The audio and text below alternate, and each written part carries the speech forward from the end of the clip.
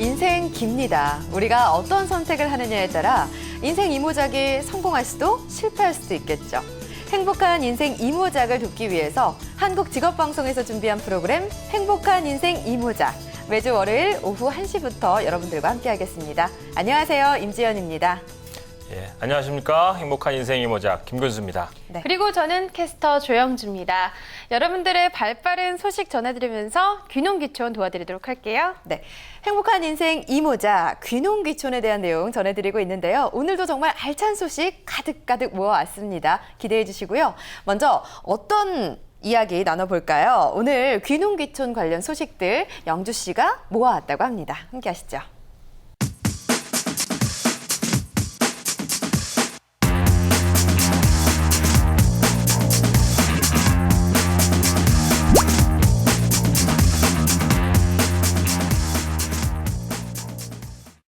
네, 행복한 인생 이모작, 귀농귀촌에 대한 이야기들 하고 있는데요. 자, 오늘도 알찬 정보 가득하니까 기대 많이 해주시고요. 자, 그 전에 오늘 이야기 나눌 귀농귀촌 관련 소식들 조영주 캐스터가 준비했다고 합니다. 네, 이제는 사회 속 트렌드가 되어가고 있는 귀농귀촌에 관한 소식들을 속속들이 전해드리는 시간이죠. 자, 행복한 인생 이모작 뉴스. 책장을 빼곡하게 채웠던 만화책이 인터넷 속으로 쏙 하고 들어갔습니다. 바로 온라인 만화인 웹툰인데요. 웹툰 중에서도 농촌을 소재로 한 웹툰들이 있다고 해서 제가 소개해드릴까 합니다. 자, 귀농귀촌 정보 찾으시다가 머리 좀 식히고 싶다 하시는 분들은 귀농귀촌에 관한 웹툰 한 편 어떨까요? 지금부터 함께 만나보시죠. 서울 강남에서 경운기를 운전하고 농사를 짓는다. 이것은 바로 작가 무적핑크가 2013년에 네이버 만화를 통해서 연재한 경운기를 탄 왕자님의 주제입니다. 대학생인 작가가 친구들과 주말 농장에 참여했던 생생한 경험이 만화 사이사이에 녹아있는데요. 농사가 하나의 웹툰 카테고리로 자리 잡았으면 좋겠다는 작가의 말처럼 농경사회와 문화가 만화나 드라마, 또 예능 등의 다양한 장르로 활용될 수 있음을 알린 작품이었습니다. 자, 그런가 하면 곽인근 작가의 사춘기 메들리는요, 남일군이라는 가상의 농촌 지역을 배경으로 펼쳐지는 남녀 고등학생의 풋풋한 사랑 이야기를 다룬 웹툰인데요. 2013년 포털 사이트 다음에 만화 속 세상에 연재됐고요. 이후에 연극과 드라마로 만들어질 만큼 독자들의 많은 사랑을 받았습니다. 또 농촌진흥청 홈페이지에는요, 지난해 4월부터 초롱씨의 농경일기가 연재되고 있는데요. 이 안에는 귀농귀촌의 전략과 6차 산업, 또 농촌 관광 등의 농촌 관련 최신 소재가 등장하기도 합니다. 자, 이렇게 귀농귀촌의 다양한 정보와 이야기들이 이제는 웹툰으로도 표현되기 시작했는데요. 그만큼 높아진 관심과 수요, 그리고 변화된 트렌드가 만들어낸 현상이라는 생각이 드네요. 이렇게 밀접하게 파고든 정보들은 속속들이 흡수하고 막을 수 있어야겠죠? 웹툰으로 만나본 귀농귀촌 세상, 오늘의 행복한 인생 이모작 뉴스였습니다. 네, 소식 잘 들었습니다. 저희가 귀농귀촌에 대해서 말씀을 드리면서 늘 공부해야 된다, 교육을 받아야 된다, 이런 말씀을 많이 드렸는데요. 웹툰을 통해서 쉽고 편하게 배울 수 있다면 참 좋은 기회가 될 것 같습니다. 그렇습니다. 자, 오늘은요, 귀농귀촌에 대한 모든 것 4탄, 그 마지막 시간입니다. 계속해서 채널 고정해 주세요.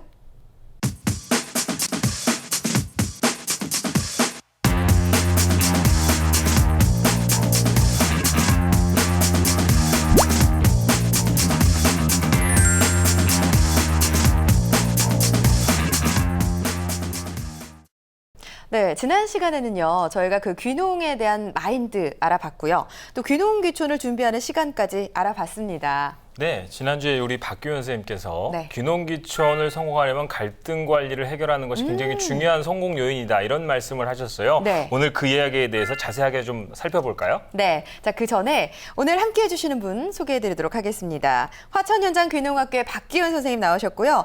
직접 귀농하신 백승호 사례자분도 모셨습니다. 어서 오세요. 반갑습니다. 네, 반갑습니다.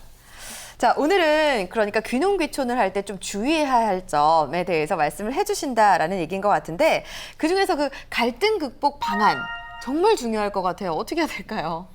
요즘 귀농귀촌 하시는 분들에게 가장 어려운 점이 무엇일까라고 여쭤보시면 다들 텃세에 대한 얘기입니다. 텃세.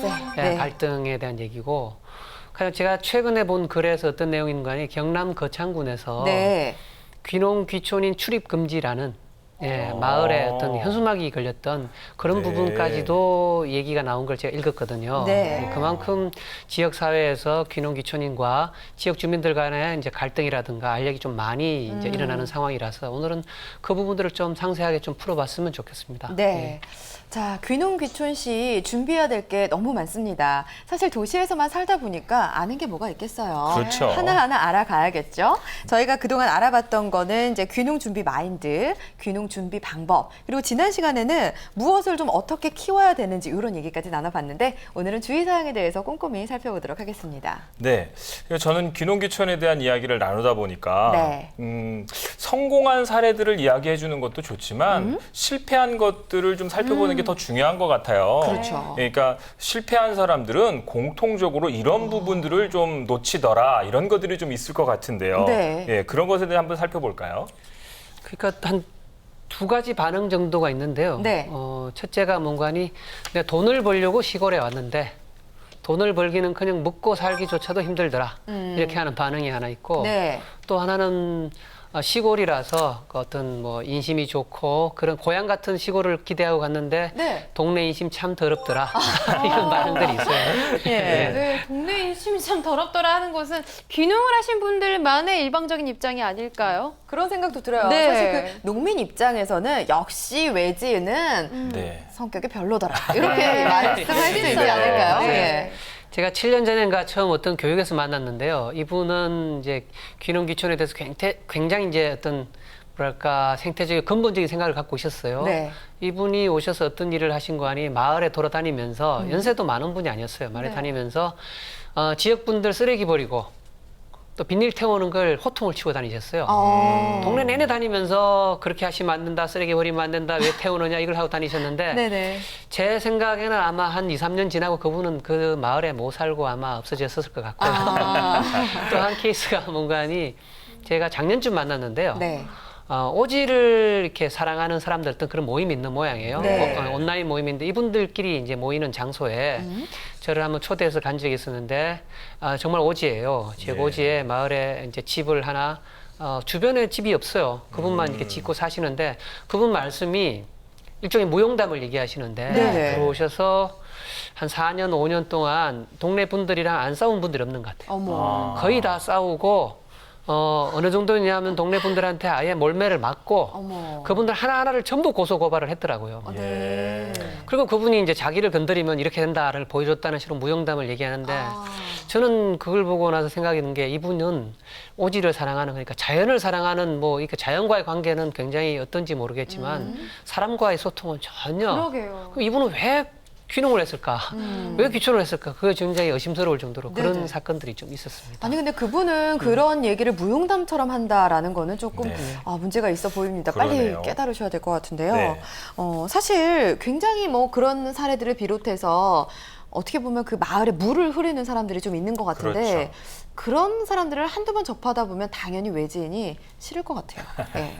그러니까 보통은 이제 본인들은 잘 모르는 것 같아요. 왜냐하면 뭐 내가 이렇게 행동하는 것이 어떻게 보일지 전혀 기대를 생각을 못하는 것 같은데 네. 일단 우선 보면은 제가 볼 때는 지역 정서와는 너무 다른 행동들을 한다라는 거하고 네. 그리고 관공서 입장에서는 대부분의 민원은 거의 귀농귀촌인들이 낸다고 이렇게 의식이 굳혀 있는 것 같아요. 그래서 귀농귀촌인들이 많아지면 네. 골치 아파진다라고들 생각하시는 것 같고 예. 그리고 거의 무임승차죠. 그러니까 동네 안에 있는 길이라든가 모든 걸 지역 주민들이 사실은 애를 써서 다 만들고 했는 건데 이분들은 그냥 기여한 바 없이 그냥 와서 숟가락만 하나 올려놨다. 네. 기여한 바 없이 얻어먹으려고 한다. 이렇게 보시는 거하고 또 뭐냐면은 제가 언제 한 4년 전인가 교육을 제가 갔는데 네. 제가 깜짝 놀랐어요. 그러니까 초기 귀농귀촌인에 대한 교육을 하러 갔었는데 오신 네. 분들이 대부분 이제 뭐랄까 생활보호 대상자 분들이 앉아 계시더라고요. 네. 그러니까 지역에서는 굉장히 싫어하죠. 네. 그분들이 오셔서 오히려 지역 사회의 복지 예산을 깎아 먹는다. 그러니까 뭐 꼭 그게 이유는 아니겠지만 이런저런 이유로 귀농귀촌인들을 바라보는 입장들이 굉장히 좀 안 좋다. 귀농귀촌인들이 많은 지역일수록 더더욱 귀농귀촌인들이 오는 걸 좋아하지 않고 점점 반감들이 커진다. 이건 좀 문제 있는 것 같아요. 그렇군요. 예. 네.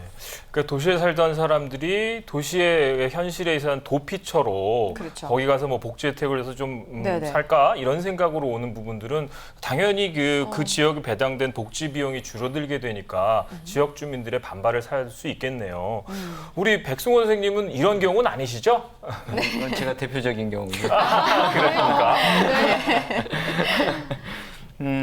저는 아주 어릴 때 시골에 내려갔고요. 아. 예. 그때 이제 배우고 내려간 거는 선배님들이 와서 들려주신 얘기는 동네 주민들하고 너무 가깝지도 않게 너무 멀지도 않게 그렇게 지내라. 이제 그런 지침을 주신 거죠. 예. 사실 배운 게 없었어요. 그렇군요. 음. 근데 예. 이제 그러다 보니까 뭐 제가 농사를 처음에 내려가서 열심히 지었던 것도 아니고 이제 새벽에 일어나서 개 끌고 산책 나가는 거죠. 네. 아. 네. 그리고 뭐 열심히들 일하실 때 네. 늦게 일어나고 이제 뭐 도시에서야 내가 늦게 일어나든 빨리 일어나든 아무 상관이 없는 거잖아요. 그렇죠. 네. 예. 다 보이는 거예요, 저게. 어. 불쾌한 거죠. 예. 그러니까 이게 삶의 공간인데 어디서 저런 게을러 터진 게 와가지고 이게 이제 보는 것 자체가 그분들한테는 익숙치 않은 존재인 거고 그러니까 이제 뭐라고 해야 될까요? 이웃과의 거리감이나 이런 게 이제 도시하고는 좀 다른 거죠. 그래서 예. 바라는 게 사실 더 많은 거예요. 시골 분들이. 네. 제가 좀 저렇게 안 하고 이렇게 했으면 좋겠는데 쟤는 왜 저 모양일까? 이런 감정들이 사실 시골 분들이 훨씬 강하죠. 아, 그렇군요. 예. 근데 이제 그거에 다 거스르는 짓들을 어릴 네. 때 많이 했던 거죠. 네네네. 사실은 그냥 몰랐던 거잖아요. 그렇죠. 우리 뭐 내가 일어나고 싶은 시간에 일어나고 그렇죠. 산책하고 싶은 시간에 산책하는 거 그렇죠. 당연하게 생각하는데 그렇죠. 이게 이제 농촌에 따라서는 다를 수 있으니까 주의를 좀 해야겠네요. 그렇습니다. 네. 그러니까 방송 보시는 분들 이런 것들 조심해야 된다라는 것 꼭 기억해 주시기 바랍니다. 네네. 예. 그러면 차라리 귀농자들만 있는 마을에 가서 살면 뭐 지역 주민들은 갈등도 없을 거 아니겠어요? 예를 들면 뭐 전원주택 단지들은 귀농하신 맞다. 분들만 모여 살고 계시잖아요. 그렇네요. 그렇게 하면 어떨까요? 그게요. 네. 그게 잘 될 것 같은데 잘 안 돼요. 그게 왜 그러냐면 이 사람들이 딱 한 가지 공통점밖에 없는 거예요. 그러니까 예를 들어서 시골에 내려가서 살자 좋다. 야 그러면 이게 너하고 나하고 상당히 굉장히 뭐 같은 동류의 인간이라고 생각을 하고 의기투합해서 가는데 네. 막상 가서 같이 살아 보니까 하나부터 그렇죠. 열까지 다 걸리는 거죠. 네. 다 다를 수 있으니까. 그렇죠. 이거 이렇게 했으면 좋겠는데 다 싫다 그러지. 예, 그래서 이제 사실 멋진 집을 짓고 단지를 하나 만들어 놨는데 집 지은 인간들은 다 나가고 다 새 사람들이 들어와서 다시 살게 되는데 네. 이제 처음 의기투합해서 같이 갔던 사람들은 관계가 다 깨져버린 거죠. 네. 기대가 컸기 때문에. 예. 근데 이제 새로 들어오시는 분들은 오히려 이웃에 대한 기대가 별로 없는 거죠. 그렇기 때문에 이제 기대 수준이 낮은 상태에서 하나씩 맞춰가다 보니까 오히려 원만한 단지가 돼가는 거죠. 네네. 웃겨요. 그렇죠. 사실 그 생각해보니까 그런 것 같아요. 남녀 관계도 마찬가지잖아요. 네. 왜 나처럼 생각하지 않아? 이래서 싸우는데 그렇죠. 사실은 다름을 인정해야 되는 거잖아요. 맞습니다. 이게 예. 지역 주민하고의 관계는 사실은 우리가 그냥 막말로 얘기하면은 세월이 해결하거든요. 제가 귀농할 때니까 이제 10년 전에 네. 저희 지역의 주된 노동력이 지역에 있는 아주머니들인데 네. 그때가 60대 후반. 예. 네.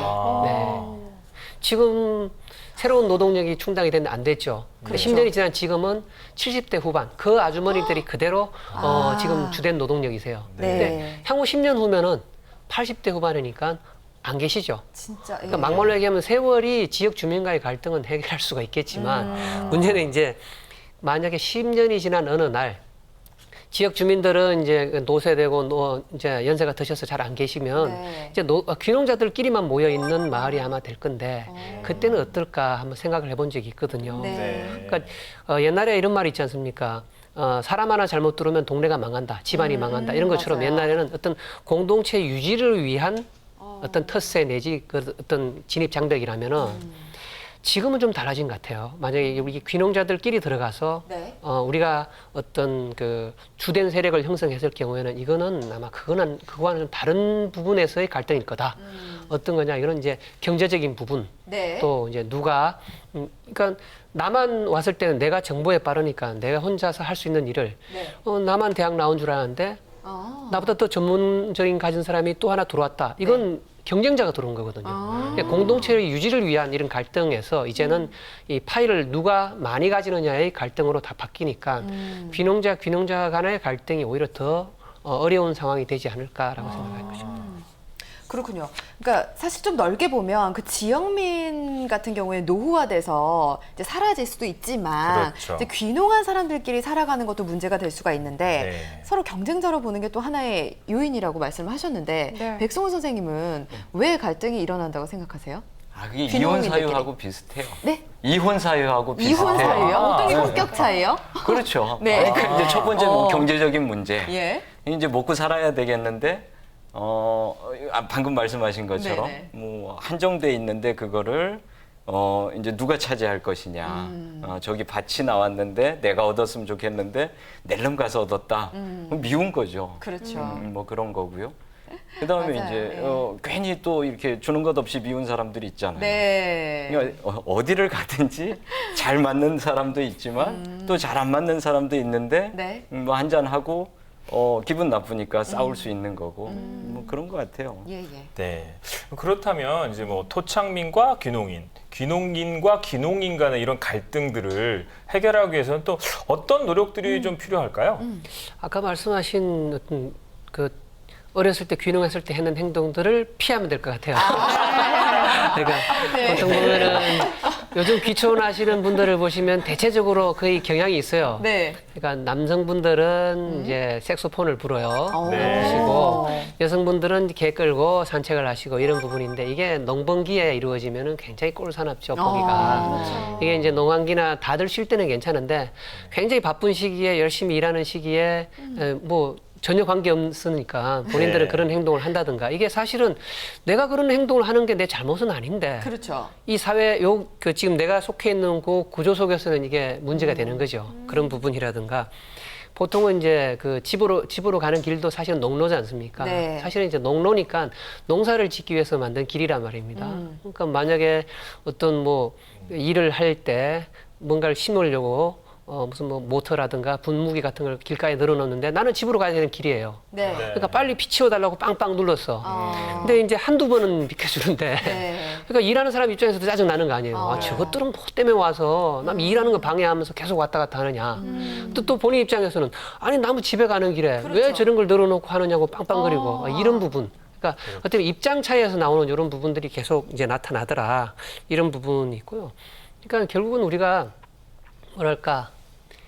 제가 첫 시간에 히스토리 문제를 얘기했는데 네. 돌 하나, 길 하나도 그냥 이루어진 건 없다. 네. 만약에 도시라면은 국가에서 그냥 길 하나, 돌 하나를 깎으면 네. 다 끄면 되는데 네. 네. 지역에서는 다 누군가가 일부 자기 땅을 희사를 하고 내놓고 해야만 이루어지는 길이고 또 이루어지는 어떤 마을이기 때문에 네. 누군가 희생으로 이루어졌다. 그 부분을 우리가 알고 들어가고 예. 그래서 이제 그런 부분을 인정을 하고 들어가야만이 이 부분을 해결할 수 있지 않을까 싶어요. 네. 알겠습니다. 백승호 선생님 입장에선 그러면 이 귀농하신 선배 입장으로서 후배들 중에서 어떤 게 가장 볼성 사납고 이건 좀 아니다. 이건 그만했으면 좋겠다 싶은 게 뭐가 있을까요? 좀 꼽아주세요. 저는 이제 뭐 충분히 네. 농촌에서 많이 이렇게 지냈고 네. 제가 이제 아까 말씀드린 것처럼 그거 다 경험했던 거고 네. 저는 다 이해합니다, 솔직히. 그래도 이건 진짜 아니다 싶었던 게 경험상 있으셨을 것 같아요. 그러니까 민원 내고 지 힘으로 할 수 있는 거를 자기 힘으로 마땅히 해야 될 거를 이제 정부에서 해주길 바라는 거예요. 그러니까 지방 정부에서 그 아까 말씀하신 것처럼 뭐 자꾸 민원 내고. 예.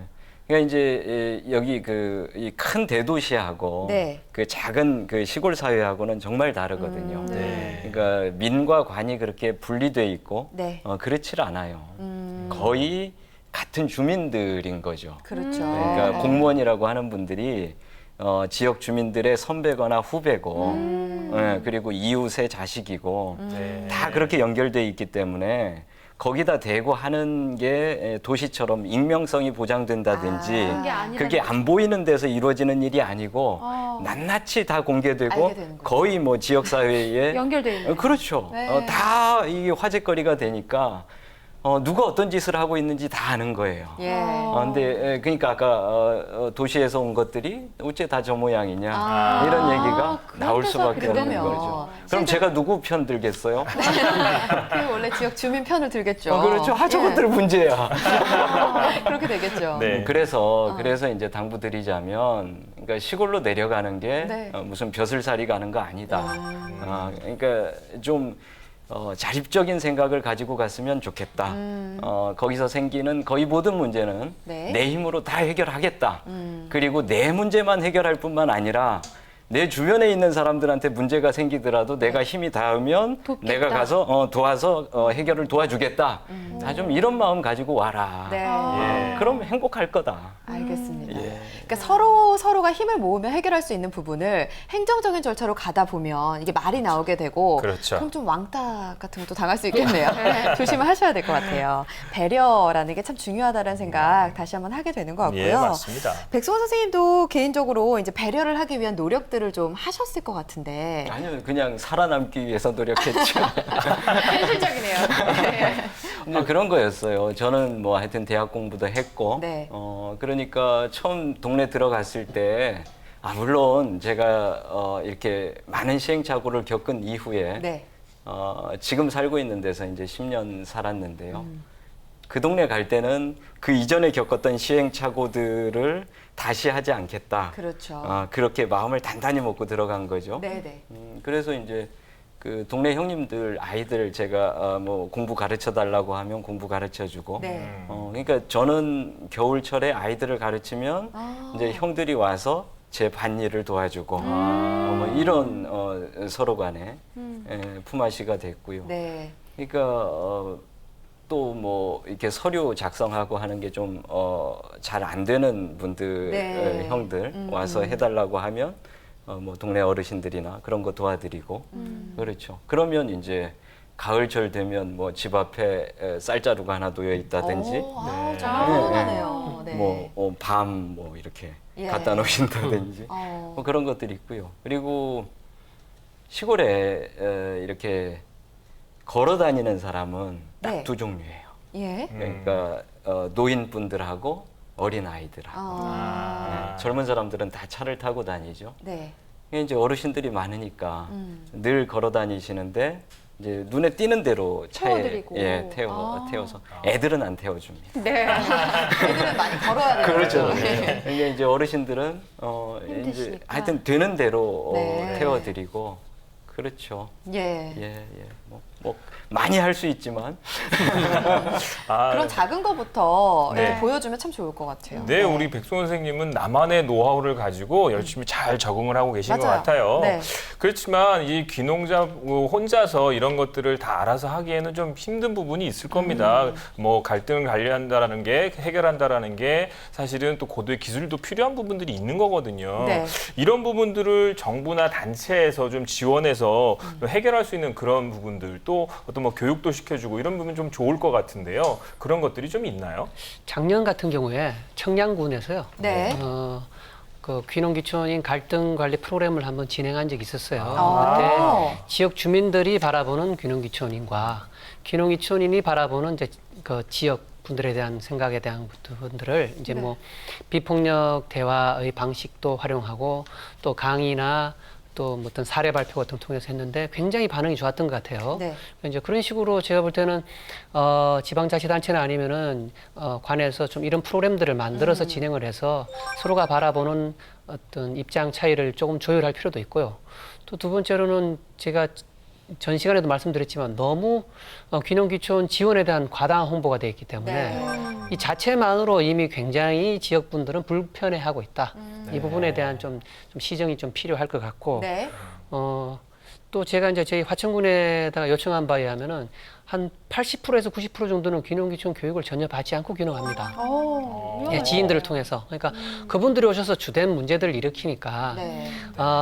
국가에서 주는 지원 정책 같은 경우는 관계 없지만은 예. 만약 지방자치단체에서 어떤 조금이라도 지원 정책을 주려면은 이런 교육, 갈등이라든가 이런 데는 지역 어떤 역사 문화를 이해하는 이런 교육을 필수로 해서 이 부분을 이수하면은 지원을 해주는 식으로 이렇게 연계를 하는 것도 괜찮은 방법이 아닐까라고 생각을 합니다. 그 좋은 방법이시네요. 네. 그리고 이제 좋은 커뮤니티가 좀 필요한 것 같아요. 커뮤니티. 네. 뭐냐면 새로 왔는데 잘 모르잖아요. 그렇죠. 그러니까 마치 전학 온 친구한테 야 가서 뭐 담배 피워도 괜찮아 이런 거 가르쳐 주는 거 하고 네네. 그렇죠. 그런 거 말고 이렇게 하는 게 좋겠다.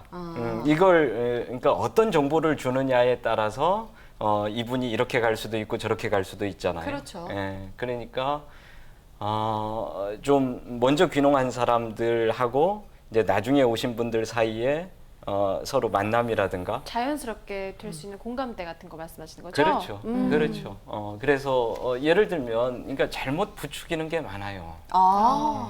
잘못 부추기는 어떤 거죠. 거예요? 그러니까 예를 들어서 네. 그러니까 좋은 정보를 줘야 될 건데 예.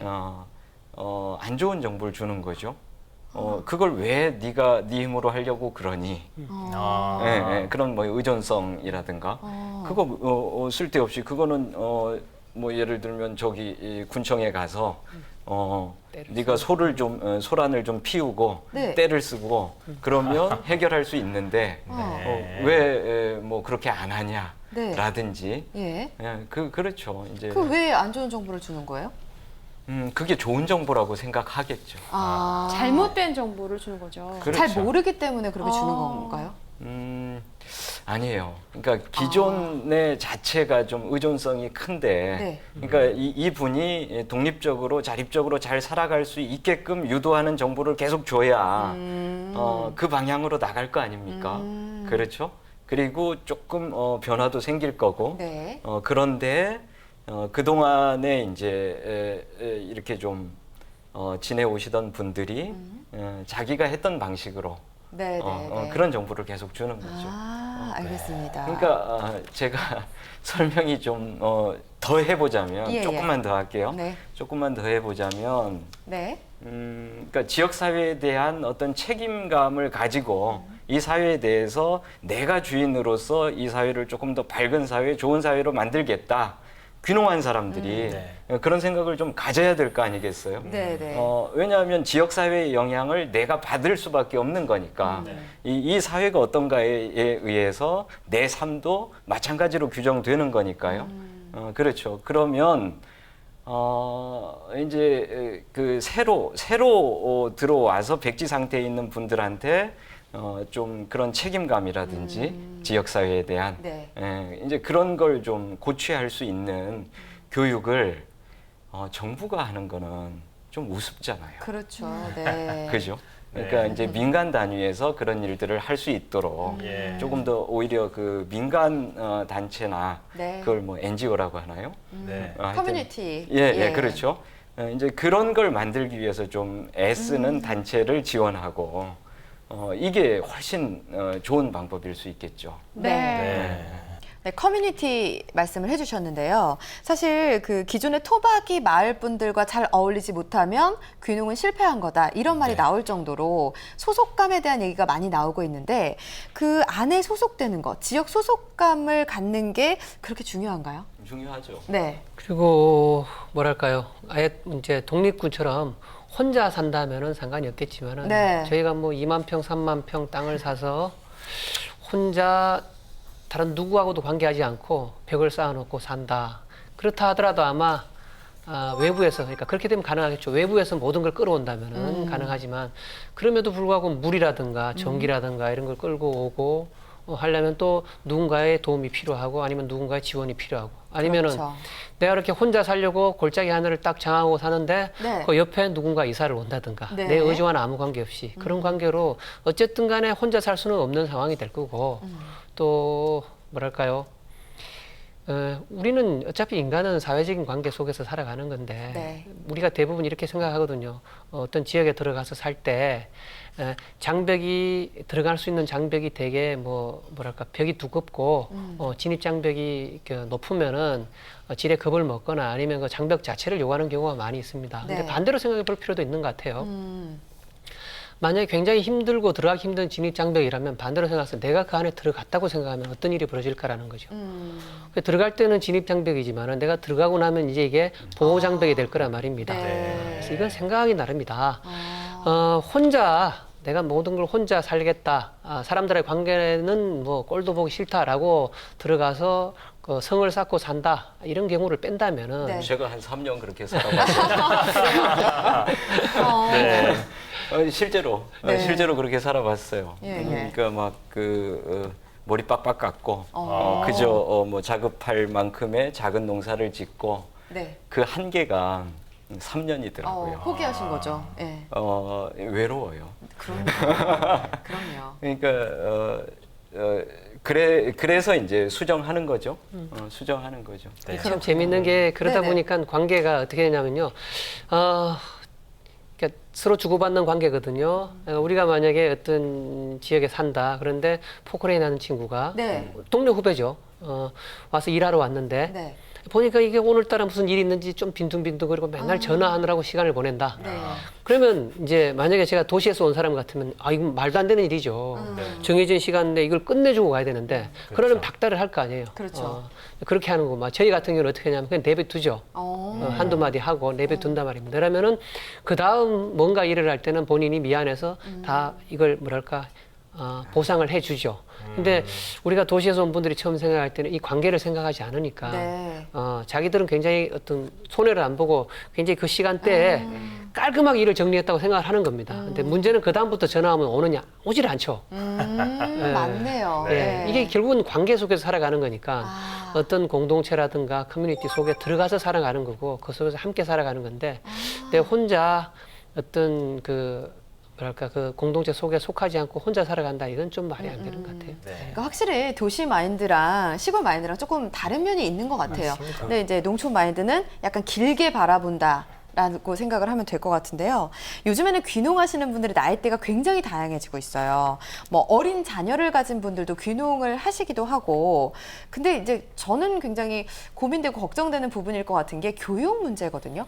아이들 교육 맞습니다. 때문에 해야 되나 말아야 되나 고민을 많이 할 텐데 이런 부분에 대한 지원 그리고 해결책 이런 것도 따라오나요? 지금은 시골 학교들이 굉장히 좋아진 것 같습니다. 네. 제가 처음 귀농한 게 2004년도인데 그 시점에서 저희 지역에 있는 학교, 초등학교 같은 경우에는 네. 제가 깜짝 놀랐던 게 뭐랄까 일단 학원이 없죠. 방과 후에 뭘 지원해 주는 게 전혀 없고 네네. 그러니까 아무것도 없는 상태에서 애들이 학교를 마치면은 그냥 방치하는 상황이었습니다. 그러니까 굉장히 이거는 좀 문제가 있지 않느냐. 그 당시에 제가 귀농 귀촌을 할 계획을 잡을 때 네. 서울에 있는 학교들 그 당시만 해도 너무나 많은 사교육 때문에 네. 애들이 힘들어하는 걸 보고 저는 귀농 귀촌을 했는데 귀농을 네네. 했는데 정작 이 지역에 오니까 너무나 없더라. 경쟁이 너무 없고 네.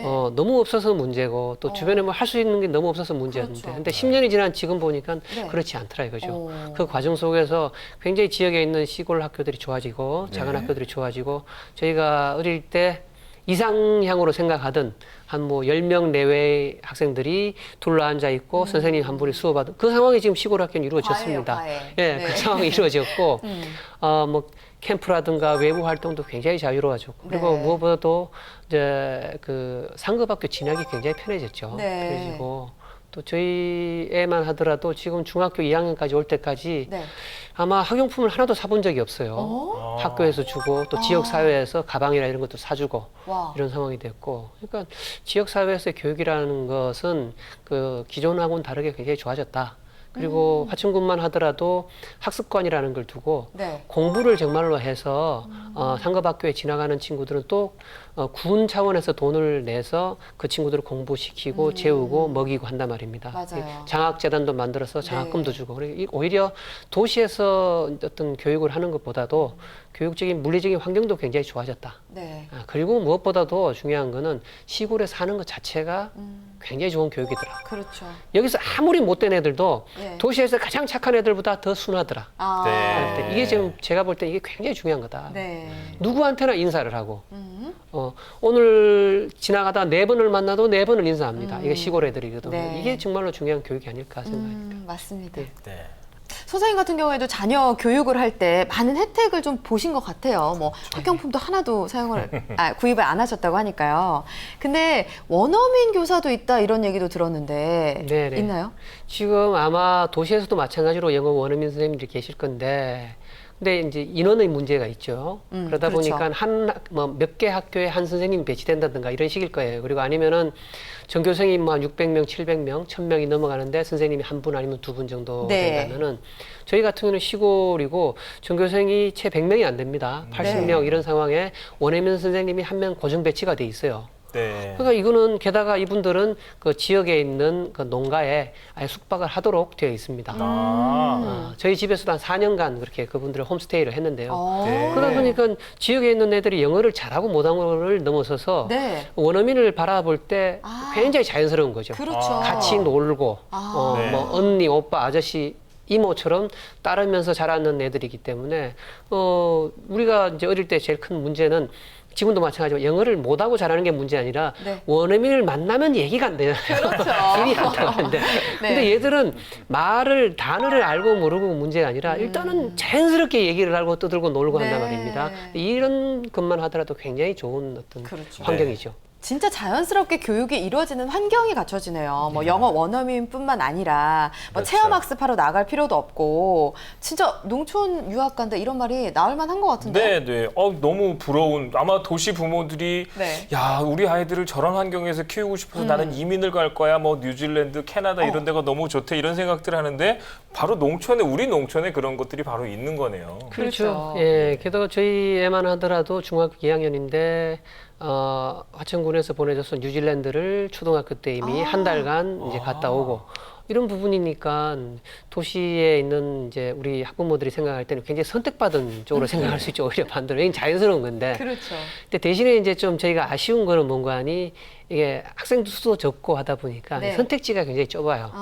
예술 같은 만약에 문화예술의 교육이 있다 그러면은 애들 중에 어떤 애들은 저희는 클래식 기타를 배우고 싶어요. 네. 또 어떤 친구들은 피아노를 배우고 싶고 이렇다면은 학생 수가 많다면은 이게 다양한 여러 반을 두고 수용을 할 수 있을 건데 학생 수가 한 반에 뭐 7명, 8명에서 10명 수준이니까 네. 한 과목밖에 못 하는 거예요. 그럼 여러 가지 다양한 욕구를 다 충족시킬 수는 없는 거 이런 부분은 굉장히 또 아쉬운 부분이고 네. 그러다 보니까 학부모들이 또 적극적으로 학교 운영에 좀 개입을 해서 그런 걸 좀 유도해 나가면은 가능한데 네. 그렇지 않다면은 또 너무 학교의 정책에 따라서 그냥 그래 흘러갈 버릴 경우도 있고 그런 또 장단점은 있습니다. 네. 네. 근데 이제 뭐 학부모 입장에서 보면 사실은 굉장히 부러운 환경인 건 사실인 것 같아요. 예. 그런데 이제 학부모의 입장과 아이들의 입장은 좀 다를 것 같거든요. 네. 근데 시골 학교 다니는 아이들이 시골 학교에서 공부하는 거 어떻게 생각하나요? 저희 큰애가 제일 불만이 뭔가 하니 이제 유치원 때부터 본 친구들을 중학교 때까지 계속 본다는 거야. 한 번도 바뀌지 않고 늘 네. 그 친구들을 본다는 게 제일 불만이었어요. 네네. 근데 지금은 이렇게 어떻게 생각하냐 물어보니까 그게 좋대요 또. 그러니까 뭐냐면은 유치원 때 어릴 때부터 했던 그 친구 관계가 중학교까지 진행되고 또 중학교 이후에 이제 아마 고등학교를 지나갈 때부터 고민이 생길 것 같은데 그 부분은 저희가 어릴 때하고 마찬가지였던 것 같아요. 저도 어릴 때 뭐 지금 살고 있는 정도의 시골에 자랐기 때문에 중학교 때까지는 그냥 그 상태 그대로 누리다가 고등학교 지나갈 때 좀 고민을 한 것처럼 저희 애도 지금 고민을 하는 것 같으니까 네. 처음에는 어쨌든 좀 큰 학교에 다니고 싶다. 그게 오히려 소원으로 되었다가 지금은 작은 학교라서 좋다. 행복하다. 친구들이 그립고 그런 얘기를 하니까 괜찮은 것 같아요.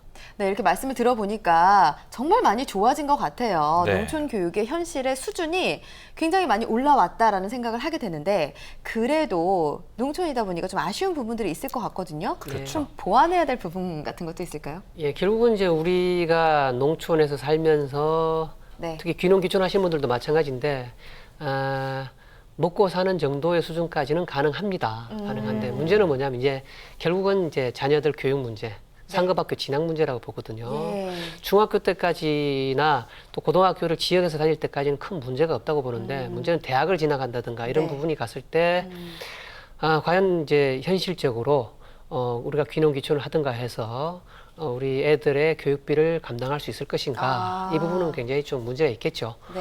그래서 저희가 봤을 때 제 생각에는 지금 현재 과연 우리나라 농업이 자유 경쟁이냐 농산물 판매가 그렇지 않다. 농산물 단가가 조금만 올라가더라도 정부가 개입하지 않느냐 이거죠. 네. 그렇다면은 이 교육에 대한 부분 우리가 이제 농사꾼들이나 농민들이 가장 어려워하는 부분이 결국은 이제 그 애들 교육비 부분이 굉장히 큰 부분인데 네. 이 부분은 국가에서 좀 책임질 수 있는 방법을 찾아보는 게 어떠냐라는 겁니다. 네. 알겠습니다. 농민들에게 네. 어떤 어떤 안전한 먹을거리에 대한 생산에 대한 의무를 주는 대신에 국가에서는 농민들이 안심하고 자녀들을 교육시킬 수 있게 네네. 아니면 최소한 뭐 농대나 농고를 갔을 때라도 만이라도 학비를 좀 국가에서 지원을 한다든가 책임을 지는 구조로 좀 가는 것이 어떨까라는 생각입니다. 네. 그러니까 결국에는 상급 학교로 진행할 때 교육비적인 부분에 있어서 걸림돌이 또 하나의 걸림돌이 될 수가 있으니까 그렇죠. 이런 부분은 조금 더 논의가 이루어져야 될 것 같습니다. 자, 우리가 우스갯소리로 뭐 사실 농담 반 진담 반이죠. 이런 얘기를 많이 하거든요.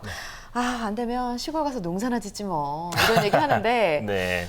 이것도 아닌 것 같아요. 얘기 들어보니까. 예, 뭐 그런 얘기들 많이 하지만 나이 지긋하신 어른분들 이야기를 들어보면 네. 야 농사 그거 아무나 짓는 거 아니야. 맞아요. 뭐 이런 얘기들 하시거든요. 네. 정말 아무 계획 없이 시골로 갔다가는 쪽파차기 십상입니다. 네네. 그래서 이제 우리 이번 시간은 귀농귀촌에 대해서 총정리를 하는 시간이니까요. 그런 부분들에 대해서 한번 성공적인 귀농귀촌 순서 다시 한번 짚어주시죠.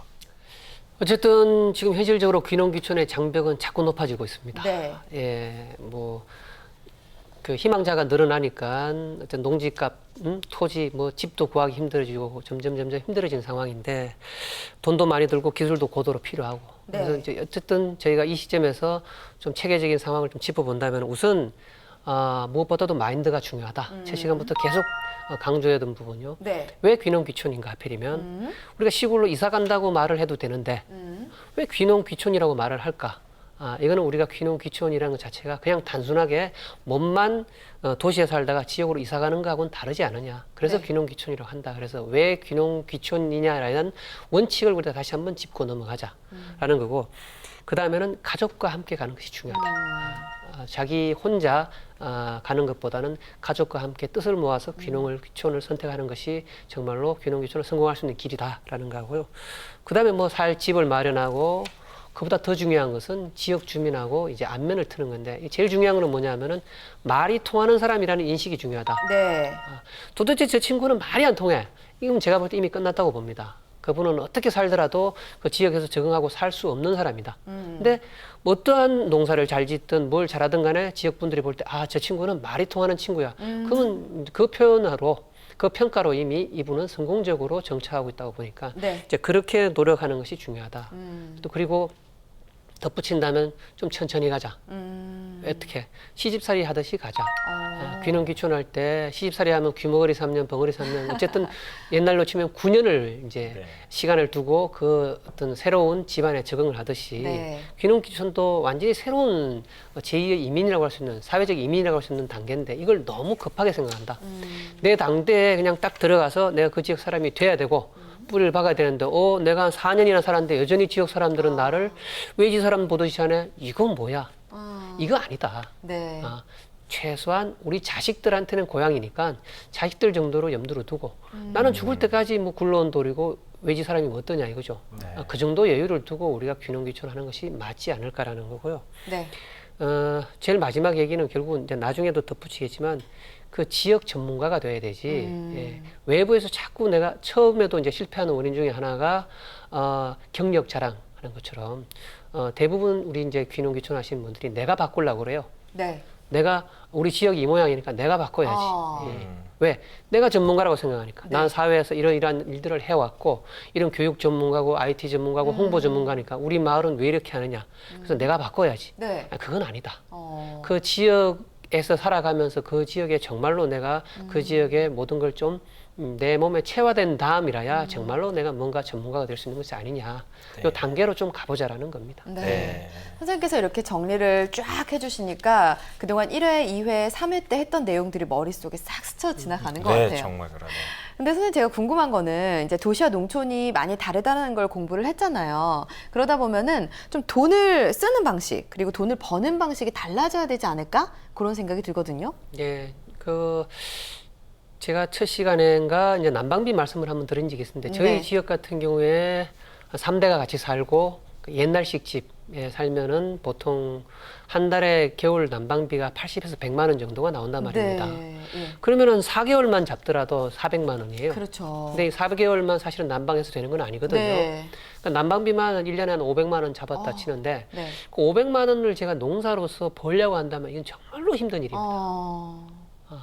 그러니까 새가파지 500만 원을 버는 것이 좋으냐 아니면 집에 단열이라든가 집을 튼튼하게 잘 지어갖고 난방비가 1년에 한 200만 원 정도만 들어가게 하고 그렇죠. 300만 원 정도를 덜 벌어도 되는 상황을 만들 것이냐 이거는 선택의 문제에 있다. 네. 그러니까 많이 벌려고 하느냐 아니면 적게 쓸 것이냐 이 두 개의 어떤 선택지를 두고 고르라면 저는 적게 쓰는 쪽을 고르고 싶다. 네. 적게를 쓰고 차라리 그 시간에 내가 여유 있는 다른 일을 하면 되는데 많이 쓰면서 그 많은 걸 다 메꾸려고 노력을 하고 일을 하고 하다 보면은 결국은 내가 힘들어서 버틸 수 있겠느냐라는 네, 거죠. 그렇죠. 또 예. 어떤 그런 우선순위 정도는 차이가 있지 않을까. 도시와 시골의 차이. 네, 네.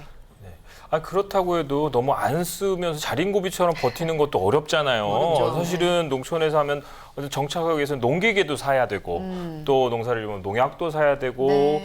또 어디서 누가 새로운 작물을 했는데 소출이 많다고 소득이 높다 그러면 또 그것도 한번 준비해 볼까 하는 투자도 좀 해야 되고요. 네네. 그럼 이런 것들은 어떻게 해야 될까요? 이게 두 부분이 있는 것 같아요. 거의 이제 귀농귀촌 하신 분들이 두 부류인데요. 한 부류는 모든 걸 돈으로 해결하라 그래요. 쓰면 다 되니까. 네. 네. 또 다른 한 부류는 그 얘기를 듣고 너무 안 쓰려고 그러죠.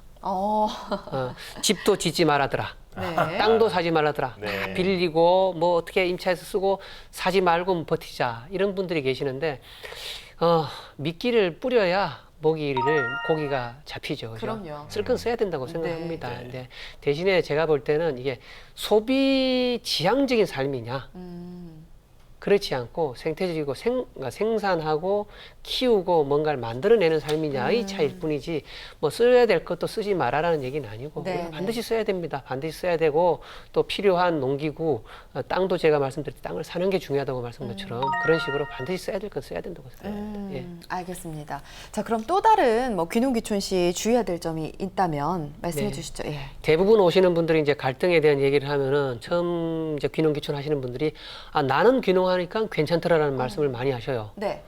나는 뭐 동네 분들이 그렇게 잘해주고 아침에 일어나 보니까 김치 갖다 놓고 뭐 갖다 놓고 고구마 갖다 놓고 그렇게 잘해주더라. 술만 생기면 뭐 술 먹으러 오라 그러고 네. 뭐 먹으러 오라 그러고 나는 이렇게 살고 있다. 그러니까 나는 잘 살고 있는데 왜 그런 얘기 나오는지 모르겠다는 말씀들을 하셔요. 네. 언제까지? 보통 귀농하고 한 2년째까지. 아. 본인만 그런 게 아니라 모두 다 그렇습니다. 네. 이게 착각이죠. 왜 그러냐면 그 손님이니까. 귀농하고 한 2년 정도까지는 이제 지역 사람들이 손님 대접을 해주니까. 네. 우리나라 분들이 손님은 잘 대접해 주잖아요. 그렇죠. 그렇죠. 네, 근데 그 다음이 문제다. 한 2년째 가면 이제 내가 지역에 들어가서 어느 정도 서로 뭐 이제 알 만큼 안 사이니까 이때부터는 이제 네 거 내 걸 따지기 시작합니다. 지역 분들부터. 요 단계에서 한번 좀 갈등이 한번 있을 거고요. 네. 그러니까 5년 차 정도의 갈등이 한번 온다. 근데 2년 차, 5년 차까지도 갈등이 없이 굉장히 무난하게 잘 살아왔다. 네. 그럼 두 가지로 볼 수 있는데 하나는 정말로 호인이다. 사모님한테는 요거도 먹을지 모르겠지만 네. 지역에서 볼 때 이 사람 참 괜찮은 사람이다. 예. 이래도 홍 저래도 홍. 어. 그럼 두 번째는 어떤 부류냐 하면은 내가 자기가 생각해봐야죠. 내가 아마 그렇다면은 내가 그동안 알아오고 만나온 인간관계가 굉장히 좁은 게 아닌가. 지역에 있는 주로 뭐랄까요? 집행부들 중심으로 아니면 내 주위 사람들 중심으로만 만나온 게 아닌가 좀 생각할 필요가 있어요. 네. 그래서 아마 5년째쯤에 어떤 문제가 생긴다든가 이걸 바라보고 내 인간관계를 좀 어떤 폭을 더 넓혀볼 필요가 있는 시점이 한 5년 정도 되는데 네. 요거는 이제 과정이라고 보고요, 저는. 제일 큰 문제는 한 10년 정도 될 때 같다. 네. 저희가 다 한 번씩 겪고 넘어가는 그 시점인데 네. 이때는 귀농귀촌에 좀 근본적인 회의랄까 어떤 질문이 생길 때다. 그가 이제 뭣도 모르고 영문도 모르고 한 10년을 열심히 살아왔는데 이제 돌아보면은 내가 처음 귀농귀촌 하려고 생각했을 때의 어떤 마음과 그러니까 그 어떤 그런 목적과 그렇죠. 지금 살아온 상황이 같은가 아니면 비슷하게 살아가고 있냐 여기서 굉장히 큰 걸 느끼거든요. 네. 그래서 나는 돈을 벌려고 귀농귀촌을 했다라고 왔는데 보니까 뭐 제가 뭐 시골의 상황을 말씀드렸지만 돈은 번 것도 없어요. 그러면 가족들하고 시간을 많이 했냐? 열심히 돈 벌려고 노력하다 보니까 오히려 시골에 들어오니까 새벽 5시에 뭐 일하러 들어가서 밤 해가 져 들어오고 애들이 뭐 아빠 뭐 그러면 아빠 힘들어 죽겠으니까 다음 얘기하자. 넘어갔죠. 애들하고 있을 시간도 적었죠. 부인하고도 마찬가지고 농사 짓고 하다 보니까 맨날 싸웠죠. 농사 일부분 이런 부분으로 싸우고 주변 분들하고도 정말 열심히 일을 한다고 했지만 누가 더 빨리 적응하느냐 돈을 버느냐 이런 걸로 내가 뛰고 오다 보니까 내가 왜 귀농했는지 헷갈린 겁니다. 네. 내가 이 정도 노력을 차라리 서울에서 했으면 아파트 평수라도 늘리고 애들을 좋은 학원이라도 보냈을 건데 네. 나는 이런 일대로 새가 빠지게 열심히 산다고 살았는데 와보니까 돈도 못 벌었고 가족과의 관계도 별로고 내가 생각했는 슬로우 라이프도 없고 모든 게 없어진 상황이 10년째 오는 상황이 될 수가 있다는 거죠. 네. 그래서 제가 볼 때는 이 시점을 염두에 두고 처음부터 좀 돌아보는 삶을 살아야 되겠다. 우리가 아무리 처음 계획을 잡고 들어오더라도 조금 출발 지점에서 약간 차이 난 것이 10년 지나면 큰 차이가 난단 말입니다. 네. 그래서 제가 계속 원칙과 그 부분을 강조하는 이유가 내가 왜 귀농을 했는지에 대한 부분을 매년 아니면 2년 단위든 3년 단위든 자꾸 돌아보고 내가 좀 멀리 갔으면 다시 돌아오는 노력을 자꾸 해야 10년이 되는 시점에서 내가 보고 그간 내가 힘들고 번 것도 없지만은 그래도 내가 귀농하기를 잘했다. 이게 오지. 그렇지 않으면은 정말로 아무것도 가지고 없는 상황이 돼서 지금 그 상황이 되면 다시 돌아나갈 수도 없어요. 그럼 정말로 후회하는 삶이 될 수 있으니까. 그렇죠. 이게 제가 볼 때는 제일 좀 마지막으로 드릴 말씀이죠. 네. 그러니까 세 번의 위기가 온다고 말씀을 해주셨어요. 네. 2년차, 5년차, 10년차. 진짜 열심히 달렸는데 10년이 됐을 때 이런 정체성의 혼란이 온다면 너무 힘들 것 같거든요. 맞습니다. 원칙을 잘 세우고 돌아본다면 그런 허무함, 공허함을 줄일 수 있다고 하니까 잘 새겨 들으셨으면 좋겠습니다. 네. 자, 선배이자 전문가라고 할 수가 있어요, 두 분이. 후배들에게, 귀농 귀촌을 준비하는 후배들에게 한 말씀 전해주신다면 어떤 말씀을 해주실 수 있을까요? 백성 선생님. 제가 먼저 네. 할까요? 네. 그 귀농 자체가 목적이 아니잖아요. 네. 그러니까 귀농은 수단인 거고 그게 좀 분명해야 될 것 같아요. 그러니까 목적하고 수단이 전도되지 않게 늘 관리해야 된다. 네. 내가 왜 시골로 왔는가? 옆집 사람하고 막 싸우고 있으면 내가 옆집 사람하고 싸우러 온 거잖아요. 그렇죠. 예. 그리고 내가 밭에서 일하는데 막 속에서 화가 부글부글 나고 막 너무 힘들고 고통스러우면 고통스러우려고 시골 온 거고 그걸 늘 돌아봐야 될 것 같아요. 네. 그래서 내가 시골로 오려고 한 그 목적은 뭐냐. 그게 무슨 뭐 큰 부를 이룬다든지 뭐 돈을 번다든지 뭐 그런 게 아니고 네. 매 순간 즐겁고 행복하게 살고 싶은 뭐 조금 더 자유롭고 싶은 뭐 그런 바람이잖아요. 그렇죠. 그러게요. 그거 절대 잊으면 안 될 것 같아요. 예, 과정에서부터. 맞습니다. 예. 저도 뭐 비슷한 얘기인데요. 귀농 귀촌만 하면 내가 가진 모든 문제가 해결될 것이다라고 네. 생각하시는 분들이 많은데 그건 아니다. 귀농 귀촌하는 순간부터 이제 시작이다라고 보시면 될 것 같고 네.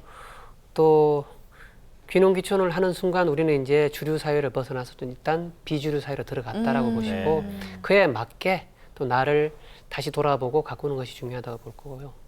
우리 귀농 귀촌 하시는 분들이 가장 이제 많이 범하는 게 결국은 이제 내가 바꾸겠다는 겁니다. 결국은. 그러니까 사실은 나를 바꾸는 게 빨라요. 맞아요. 그죠? 내가 지역 사회에 들어가서 제가 자꾸 귀머거리 3년, 버거리 3년 말씀드린 이유도 네. 조금 시간적인 여유를 두고 하자. 우리가 지역에 대해서 뭔가를 알고 할 때까지 시간이 필요하다. 그 시간을 지나고 나서 내가 그 지역에 살면서 꾸준히 지역의 문제에 대해서 내가 관심을 갖고 귀를 열어두면은 네. 결국은 내가 지역의 전문가가 될 수 있지만은 우리는 귀를 열어두는 거는 자꾸 넘어간다 이거죠. 네. 넘어가고 그냥 내가 이 자리에 낙하산처럼 들어와서 그걸 자꾸 바꾸어 나가려고 그래요. 그러니까 내가가 아니라 나를이 아니라 자꾸 내가 바꾸어 나가려고 한다. 근데 이게 제가 봤을 때 그동안 모든 우리 이제 그 농업과 농촌 관광에 대한 마을 가꾸기 사업이라든가 컨설팅 업체들이 범한 네. 최고의 잘못이었다. 아. 본인들은 계속 밖에서 바라보면서 지역 사회는 우리나라 농촌은 바뀌어야 돼. 네. 당신들은 바꿔야 될 대상이라고 자꾸 본 거죠. 근데 그거는 굉장히 오류가 아닌가. 우리 이제 지역 사회 또 농업 농촌 사회는 그냥 있는 현실입니다. 여기에 내가 들어가서 내가 먼저 바뀌어서 함께 같이 바꾸어 나가는 쪽으로 생각을 해야지 자꾸만 내가 전문가고 당신들은 대상이라고 바라본다 이거죠. 이거는 이제 귀농 귀촌 하시는 분들이 좀 끝까지 명심을 하고 우리가 좀 천천히 바라보면서 갔으면 좋겠다라는 네. 생각입니다. 예. 그 천천이라는 그 시간이 사실은 되게 애매하거든요. 예. 근데 적어도 뭐 2년까지는 손님으로 대우를 한다고 하니까 3년 이상은 돼야 될 것 같습니다.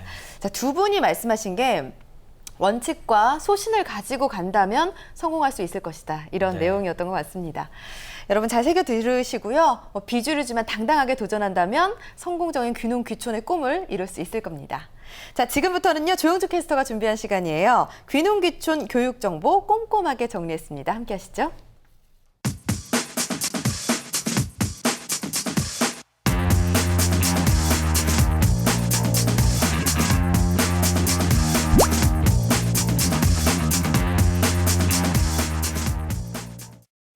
네, 귀농 귀촌은 이제 단순한 환상이 아닌 현실입니다. 그렇기 때문에 철저한 준비와 교육이 필요할 텐데요. 많은 단체에서 귀농 교육을 운영하고 있다고 해서요. 제가 꼼꼼하게 소개해드릴까 합니다. 귀농 귀촌에 관한 교육 정보들 소개해드릴게요. 2015 귀농인 농업기초반 교육이 진행됩니다. 장성군으로 귀농 귀촌을 희망하는 도시민 또는 신규 귀농인이 그 대상입니다.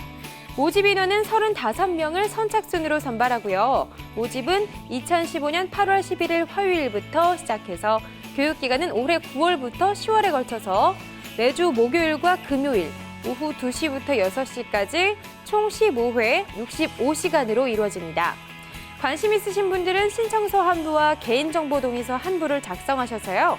직접 내방하시거나 우편 또는 이메일, 팩스로 보내시면 접수하실 수 있습니다. 미래인재 개발협회에서 내 손으로 만드는 황토 구들빵 프로그램을 진행합니다. 교육 인원은 15명이고요. 교육기간은 10월 3일부터 10월 10일까지 강원도 평창에 위치한 통나무흙 구들학교에서 이루어집니다. 이번엔 귀농닥터 시범 서비스 신청을 안내해드릴게요. 귀농귀촌 종합센터 방문자 그리고 전화 상담자들이 그 대상이 되고요. 서비스 신청은 지금 바로 하실 수 있으면서 11월 13일까지입니다. 서비스 이용료는 무료라는 점 참고해주세요. MBC 아카데미에서 도시민을 위한 현장 체험 귀농 교육을 실시합니다. 모집 인원은 30명이고요. 교육은 서울 송파와 전북 고창, 경북 영천에서 10월 13일부터 11월 24일까지 이루어집니다. 네, 지금까지 귀농 귀촌에 관한 교육 정보들 전해드렸습니다. 네, 오늘 행복한 인생 이모작 프로그램 귀농 귀촌 그 마지막 시간이었습니다. 많은 분들이 궁금해하는 만큼 다양한 정보와 교육 내용들 전해드리기 위해서 애썼는데요. 어떠셨는지 모르겠네요. 자, 오늘 함께해 주신 화천 귀농학교 박기훈 대표님과 또 귀농인 백승호 선생님 고맙습니다. 고맙습니다. 고맙습니다. 예, 귀농 귀촌에 대한 오해와 진실 그리고 알찬 정보들을 알려드렸습니다. 행복한 인생 이모작 다음 주에도 또 새로운 내용으로 여러분들을 찾아뵙도록 하겠습니다. 다음 주도 함께해 주시기 바랍니다. 네, 시청해 주신 여러분 고맙습니다.